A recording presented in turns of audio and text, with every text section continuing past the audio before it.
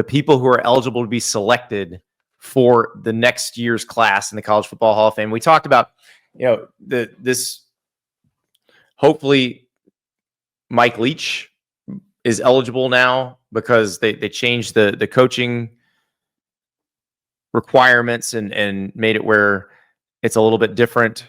And so, perhaps he's got a shot now, but there are a lot of players that are on this list, and it is it's pretty amazing and pretty hard because I looked at the list last year. I think there were 16 players from the the FBS / Division 1A level that they selected. And so I went through this list and tried to narrow it down to like 16, and it is brutal. It is brutal because there's so many good players that wind up not there. So let me just read. I'm going to read you the names of the players, and it's a lot of names. And be aware that you would have to cut a lot of these names out. So Flozell the Motel Adams from Michigan State, the offensive line. Morton Anderson, Eric Anderson, Brad Banks, the Iowa quarterback, Kenyon Barner, the Oregon running back, Freddie Barnes from Bowling Green, Aaron Beasley from West Virginia, Bernard Berrien from Fresno State, Eric Bieniemy, who was an incredible running back at Colorado, Jeff Bregel, USC offensive lineman, Alex Brown, one of the single greatest games ever, the 99 Tennessee game, Florida defensive end, Courtney Brown from Penn State, Des Bryant from Oklahoma State, Rocky Kalmus from Oklahoma, Mark Carrier, Kajana Carter from Penn State, Russell Carter, Matt Kavanaugh, Dallas Clark, Randall Cobb, Marco Coleman. I'm only in the C's, Ari. Can I give you my locks? Can I give my locks that I think have to make it in this class? You ready? Yeah, there's one that's definitely like it's Cam Newton, right? Like that's one. Cam Newton. Okay. Yeah. Cam Newton for sure. Most dominant single season by any college player ever. Dragged the Auburn team in 2010 to an undefeated season and a national title. I don't think I've ever seen a more dominant quarterback performance in a single season in college football. Cam Newton for sure. Aaron Donald is on the list. Yeah. Let me read you the stat line from one game in Aaron Donald's final year at Pittsburgh. So they played against Georgia Tech on November 2nd, 2013. They actually lost this game. Not Aaron Donald's fault. He had 11 solo tackles. 6 of those were tackles for loss. He forced 2 fumbles, and he had a sack. All right, Georgia Tech ran the triple option. The triple option is designed to never have a negative play. How any single human being had 6 tackles for loss against a triple option team is mind-blowing. Mind-blowing. So everything you saw from Aaron Donald in the NFL, he was even more dominant at Pitt. Go back and watch the YouTube. How many people are they taking? They're probably going to take 15 or so, 16 or so from this long list. This is insane because you're going to have to. I mean, I think other locks. Do you have other locks? Ndamukong Suh? That's one of my locks. Again, we're talking about most dominant performances for an entire season. And obviously, Ndamukong Suh had multiple great seasons. Like 2007, 2008 were great seasons. 2009 is the greatest season an interior defensive lineman other than Aaron Donald has ever had. And maybe better than anything Aaron Donald did too. He led Nebraska in tackles. If you watch the 2009 Big 12 championship game, single-handedly dismantled an offense of a team that played for the national title that year, that was undefeated otherwise. He was just scary. It's like the stats too. It's just like, okay, go read all the stats and stuff, but it's just like he was scary. There was a Thursday night game where they played Missouri in the rain. He twisted Blaine Gabbert into a pretzel. Blaine Gabbert is a huge person and a good athlete. And Ndamukong Suh made him look like a small child. Yeah. And obviously both of those guys went on to be pretty dominant NFL defensive tackles. You want another one? Yeah. That I think's a lock? There's some tough ones. Is it somebody who went to my alma mater? Because it's not. That's not who I was going to say. But there's certainly, depending who are on you going to say? Is. I was going to say Peter Warwick. Oh, yeah. Like, I don't know. When you talk about because like also too, like didn't they win the national title and he was the MVP of the national title game that year? Like he was the best player on the field that season. And I remember Peter Warrick in 1996 as a freshman was just nasty. Like standing on the field at Doak Campbell Stadium during the Florida State game, like standing on the floor sideline watching Peter Warrick, like he was unstoppable or felt unstoppable. And 99 was when he was at his absolute peak. But Andy, he did go to your alma mater. The other one. He didn't. But he did a lot of the same things as the guy I'm going to talk about. Yeah, Percy Harvin's the one that you're getting at, right? Because Percy Harvin. That's exactly right. Yeah, I know. Trust me, guys. Please don't. I know Peter Warrick went to Florida State. That's not what I was saying. I was transitioning to Percy Harvin, who I think you can make the case as one of the greatest college football players of all time in general. Yes, I would agree with that.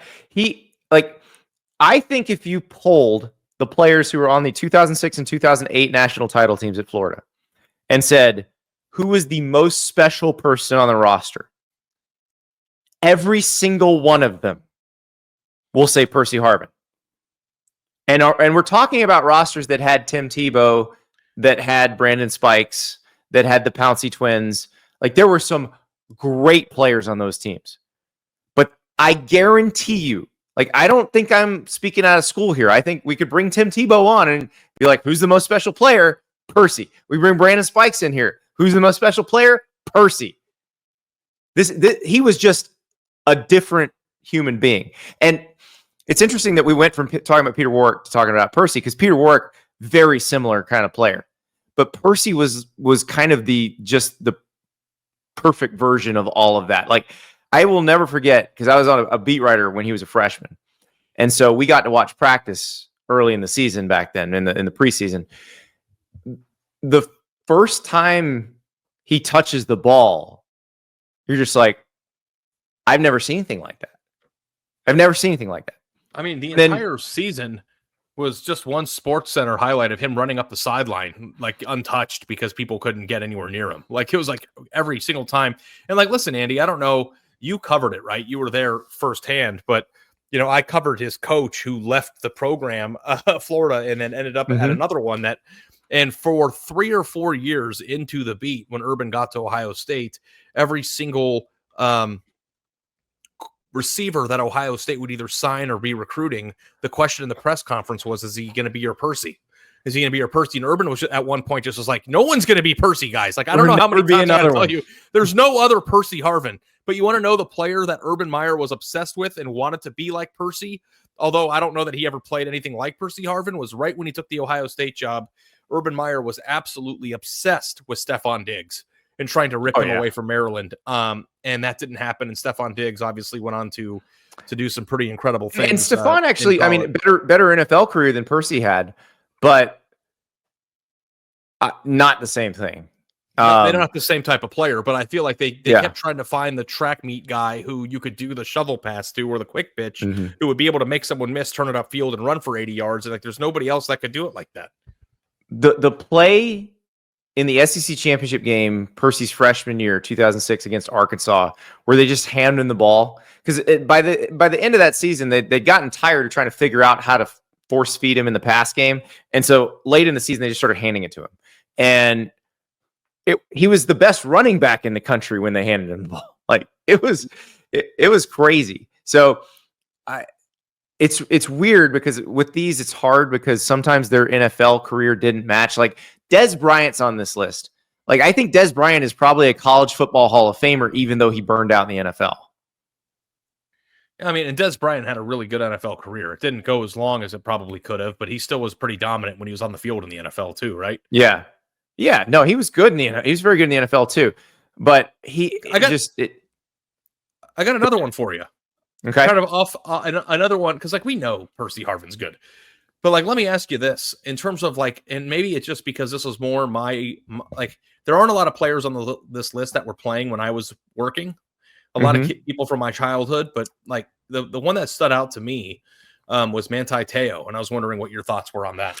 I think he's definitely a college football Hall of Famer. Helped bring Notre Dame back. I mean, I remember covering his recruitment and how big of a deal it was for Notre Dame to get him, and they needed that at the time. I mean, this was the tail end of the Charlie Weiss era, where that they didn't have a lot of juice on the recruiting trail, and getting Manti was a big deal. And then he became a very good college player. Now the catfishing thing is always going to follow him. Now, I think he's done a good job of distancing himself from it and kind of moving on with his life. Like, he's on Good Morning Football now. We see him every day on TV, but that's always going to be part of the story. But I don't think it should overshadow how good he was as a college football player. Well, the thing that I think is interesting about this discussion, and maybe this will bleed over to when we get to the coaches side of things, Andy, is the discussion that we kind of had at the end of Monday's show, which was, should there be a win percentage or a stat threshold that somebody has to reach in order to be considered? And, I don't know, because I'm not an expert and was very young when some of these guys were playing. Some of them played before I was born. But how many of these players commanded the attention and the story the way that Manti did that year? And I know part of that was the catfishing thing, but the catfishing thing didn't really come to light till the end of the year. And he was still the story of the season. The season was over. And I know, and I know that you can't stand my thought process when it comes to voting for the Heisman. And, maybe I'll relax it a little bit as a result of you influencing me. But when you think about Hall of Famers too, how much of the story, how much of the pulse, how much of the attention do you feel like matters in this? Or is it just how good were you? Like, I don't think it's necessarily the story. I just think he was really important to Notre Dame in that period and helping Notre Dame become a nationally prominent program again. But I just don't think that you could measure Manti Te'o's presence by looking at his stats. That's the point I'm making. And his presence made Notre Dame relevant for the first time in a very long time, in a way that, other guys on this list couldn't even come close to. And some were very good, and some were just like, you got Lyman on here that people just, they know we're good, but you don't have any moments of remembering. Like, I got a moment. There's one on here that needs to be in. Alan Faneca? That's the one. I think I've told the story before of when I had to play him on scout team as a freshman. No, you didn't. He's a freak. So LSU week, my freshman year, one of the GAs comes down and says, I need you to come up before practice. I need you to look at this. And he's showing me video of number 66 for LSU. And he's like, okay, this is who you're going to be playing this week. And I'm watching this guy and I'm like, how in the world am I going to do this? This person is a superhuman. Like, Alan Faneca was so freaking fast. And if I'm getting into far into the weeds, I'm sorry. Here's what they had Alan Faneca do. Alan Faneca could be playing left guard. You could have a sweep going to the right, like a toss sweep. So going very wide to the right. Alan Faneca's job would be to hit the play side linebacker, who was already closer to the running back than he was, and probably as fast as the running back. So in my case, it was Mike Peterson at Florida, who wound up playing like 11 years in the NFL. Currently is on Florida staff. Mike Peterson was one of the fastest outside linebackers I ever saw. And so, like, what I had to do as Alan Faneca was I had to pull around the right side, get out ahead of whoever they had playing Kevin Falk. I can't remember who was playing Kevin Falk that week. And then hit Mike Peterson before he could hit the running back. And it's not possible. It's impossible. But, like, on the film, Alan Faneca is doing it every play. And I was like, how is this person even mortal? Like, this can't exist. He's 300 pounds. Yeah, the scout player. Now we know he's an NFL Hall of Famer too. So the thing that I've always been amused by, and it's just something that if you cover a team, you hear like, so who's playing so and so on the scout team? Like, it's like a storyline, and it's like, why are you having the players who aren't good enough to have a scholarship try to duplicate what the best player on the other team is doing? Exactly. Actually, that same week, I had that same conversation in my head while Bob Stoops was yelling at me. So Bob Stoops is the defensive coordinator. I'm messing up his drill repeatedly because I can't be Alan Faneca. And so that play I'm telling you about, that toss sweep to the right, which was the bane of my existence for a week.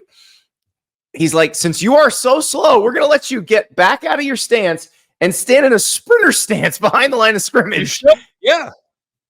And what I wanted to say the whole time was, dude, if I could do this, I wouldn't be on this field with you. I'd be on the other field with the starters.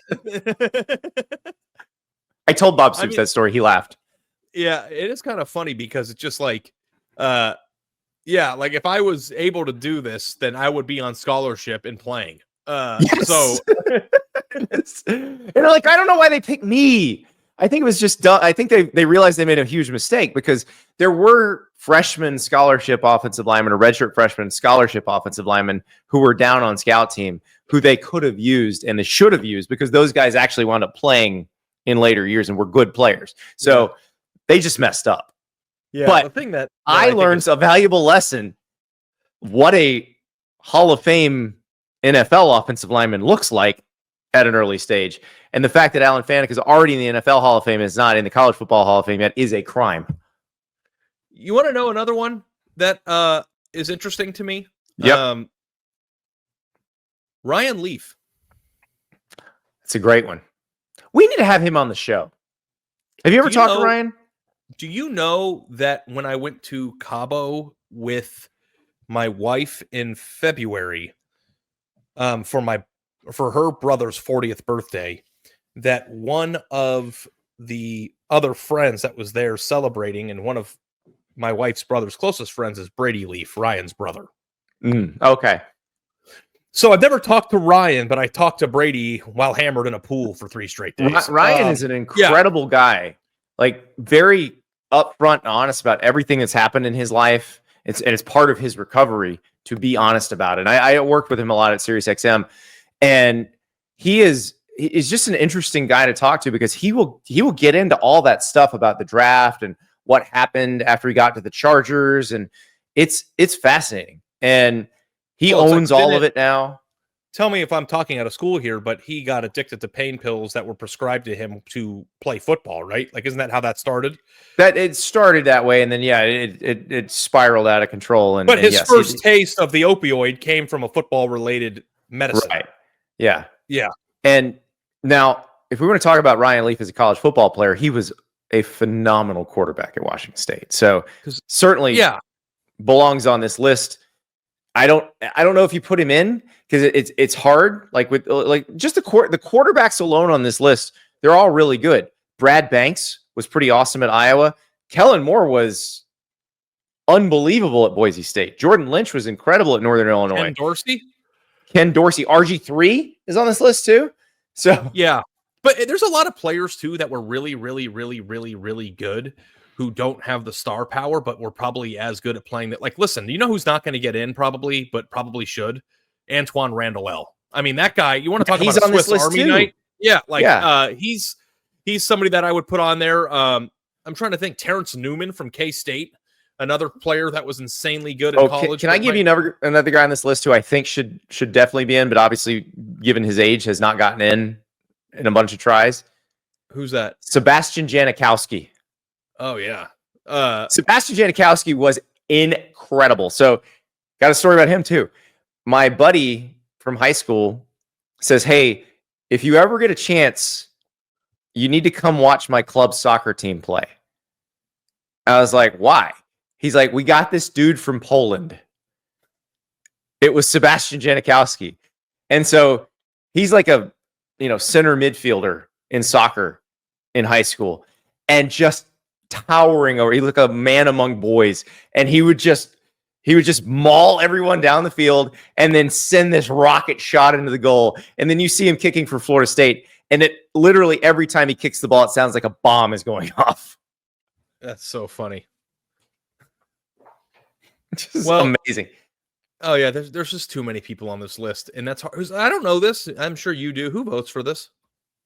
So it's the members of the National Football Foundation. I believe Football Writers Association of America members are allowed to vote as well. So it's a pretty big group. It's people who care a lot about the game, and I think they take it very seriously. Let's talk about the coaches. So they actually didn't nominate Mike Leach, even though they did alter the criteria to allow him to be nominated. So hopefully he'll be on the list next year. But I got 3 coaches on this list that I think are 2 are definite no-brainers. 1 I think should be Chris Peterson, Boise State and Washington. Yeah. Gary Patterson, TCU. I don't think there's any question those 2 should get in right now. And then the Gary's other one locked in on this too. Gary's like, yeah, like listen, everyone. He's well aware. I bet he's right though. I know he is. He was amazing for a long time. Like, who's the third? Okay, let me ask you this, because we talked about Dabo as an evaluator earlier. Has there ever been a better evaluator in the history of college football than Gary Patterson? Probably not. Who could go look at a high school running back and be like, that's an NFL defensive end. Right. And also, too, like leveling the playing field. The original person who went from, smaller time school that isn't competing at a high level to being really, really, really good. Like the epitome of what they were in 14, like that. Not a lot of coaches could have built that there. Yeah. Yeah. The other one who isn't necessarily a no-brainer, who I would say they should put in, is Ralph Regent at Maryland, because that's such a hard job. Yeah. And he was amazing. He won the ACC at Maryland. Come on. Yeah. That's really difficult. It's funny how you can use the context of today's game to try to, contextualize like how hard of a job it is and whether or not that's the same thing. But yeah, Maryland seems impossible. There are a lot of people on this list that are just guys that coach at small time places that I'm not even really all that well aware of. Like from 1948 to 67. Like I don't even know who that person is. I'll give you one from the FCS ranks is Rod Broadway. He was the defensive line coach at Florida when I was playing. And so I just enjoyed listening to him argue with the offensive line coach during one-on-one pass pro, but he turned into an excellent head coach at several different HBCUs, because he worked at North Carolina Central, he worked at Grambling and at North Carolina A&T, had a really good career there, and wound up being a guy who inspired a lot of younger coaches to get into the business. And so that's one I would say, just a helpful suggestion if you want to throw another coach on there. That would be one to think about. Is there a total number of people, or is it split from X number of players, X number of coaches have to Yeah, it seems like there's a threshold that you have to hit in terms of votes. And so it can be more, it can be less. Last year, I believe it was 16 of the FBS 1A. And then there are a couple players from the FCS Division II, Division III ranks. And then there were 4 coaches last year. Now, Nick Saban and Urban Meyer were among the 4 coaches last year. So easy no-brainers there. Yeah. Is Nick Saban a lock to get in, do you think? He's in. He got in last year. No, I know. I'm making a joke. He's the greatest. He should be in Hall of Fames for fields that aren't even football. He was that good. He should be in the automotive Hall of Fame. Like Nick Saban. To be in the all-time best automotive designer Hall of Fame. That guy was so good. Like him and Frank Sinatra should be in every Hall of Fame. I like that. Oh, producer River points out on this list, by the way, of players, Mark Ingram. Yeah. And the problem is there's a lot of these guys. You're like, oh, this is a lot. Deshaun Jackson is another, like there was I don't want to know if you want to go right back to this, but there are players on this list that were truly unbelievably incredible that will get overshadowed by guys who were bigger names. Like Brad Banks at Iowa was one. I think that Antoine Randall L will be on that list. James Laurinaitis. Yeah. What about Kajana Carter? He's Dallas Clark, the tight end from Iowa. Randall Cobb. Randall Cobb was a dog at Kentucky. Vernon Davis. How about Simeon Rice and Kevin Hardy from Illinois? And what about the Joe Ferguson, offensive tackle from Virginia? Like no one's gonna, everybody loved his name when the Jets drafted him, but I hope there's appreciation for how good he was in college. I don't know who else was on here that, This is so freaking hard. You know who's on here? Marvin Harrison. Senior. Yeah. Although Junior probably should already be in too, but like we'll talk about that in 10 years. Junior's getting in too. Let's be real here.